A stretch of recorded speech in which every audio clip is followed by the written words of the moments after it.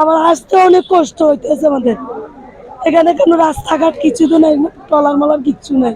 আমাদের বর্তমানে এখন বর্তমানে যোগাযোগ দরকার নৌকা এবং ট্রলার, এগুলো আমাদের অতি দ্রুত দরকার। আমরা এগুলা, আমাদের গ্রাম হচ্ছে খাতাম মধ্যমপাড়া নতুন বাজার।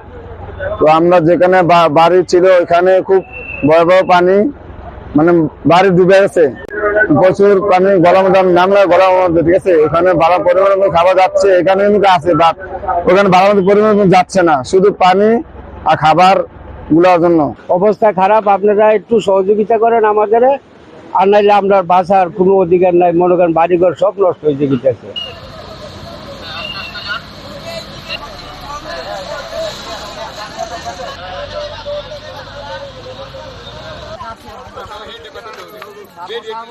ইতিমধ্যে আপনারা জানেন যে আমাদের জেলা এবং উপজেলা প্রশাসনের পক্ষ থেকে আমাদের উদ্ধার কার্যক্রম ত্বরান্বিত করা হচ্ছে এবং একই সাথে আমাদের বাংলাদেশ সেনাবাহিনীর পক্ষ থেকে সহ আমাদের স্থানীয় জনসাধারণকে সম্পৃক্ত করে কিন্তু আমাদের উদ্ধার কার্যক্রম চলমান আছে এবং তাদেরকে আমরা উদ্ধার করে আমাদের বিভিন্ন যে আশ্রয় কেন্দ্রগুলো আছে সেগুলোতে তাদেরকে নিয়ে যাওয়া হচ্ছে এবং সেখানে আশ্রয় কেন্দ্রগুলোতে কিন্তু আমাদের পর্যাপ্ত শুকনো খাবার সহ অন্যান্য খাবারের ব্যবস্থা রাখা হয়েছে, খাবার এবং পানীয়।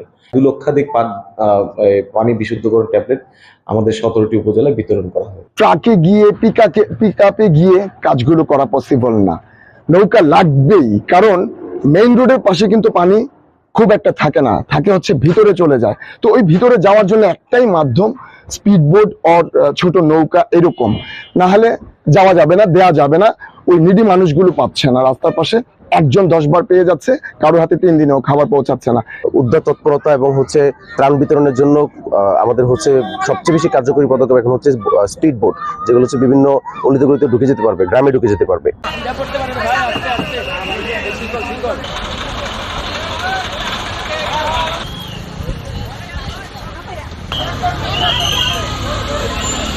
আজকে থেকে আমাদের এই কার্যক্রম নৌকা দিয়ে শুরু করব। বিগত দিনে আমরা যেভাবে পারছি ওখান থেকে তাদেরকে সাহায্য সহযোগিতা করে আসছি। ছোট নৌকা যদি সম্ভব হয়, ছোট নৌকা এই জায়গাগুলোতে বাড়ি বাড়ি পৌঁছানোর জন্য ছোট নৌকা নিয়ে আসুন, অথবা স্থানীয় মানুষদের সাথে কমিউনিকেট করে আপনারা প্রপার ডিস্ট্রিবিউশনের দিকে খেয়াল রাখুন। রাস্তার পাশে যারা আছে শুধুমাত্র তাদের ঘরেই যেন খাবার না যায়। আমাদের এরকম প্রত্যন্ত এলাকাগুলোতে যেখান থেকে মানুষ বের হতে পারবে না ঘর থেকে, অনেক মানুষ আটকা পড়ে আছে। মানুষজন এই পরিস্থিতিতে তারা ঘর বাড়ি রেখে বের হয়ে চলে যেতে পারবে না, তাদের কাছে খাবারটা আমাদেরকে পৌঁছাতে হবে।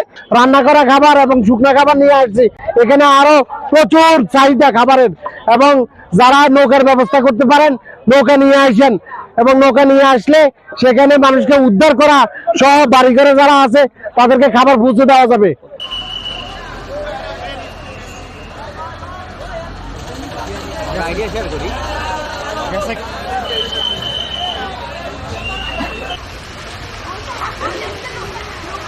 আমার নৌকা আনবো, আপনি না দেখো।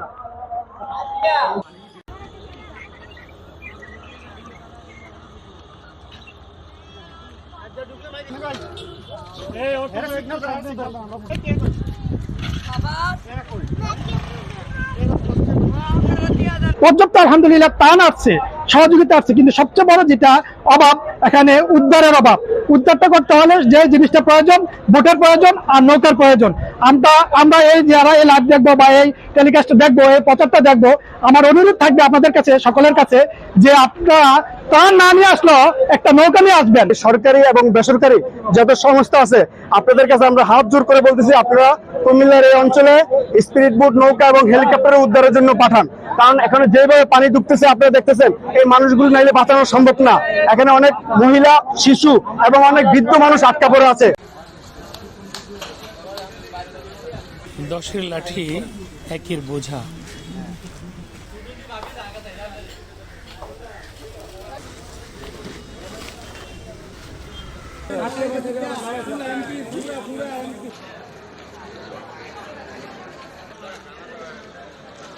পাখিয়ে কইছে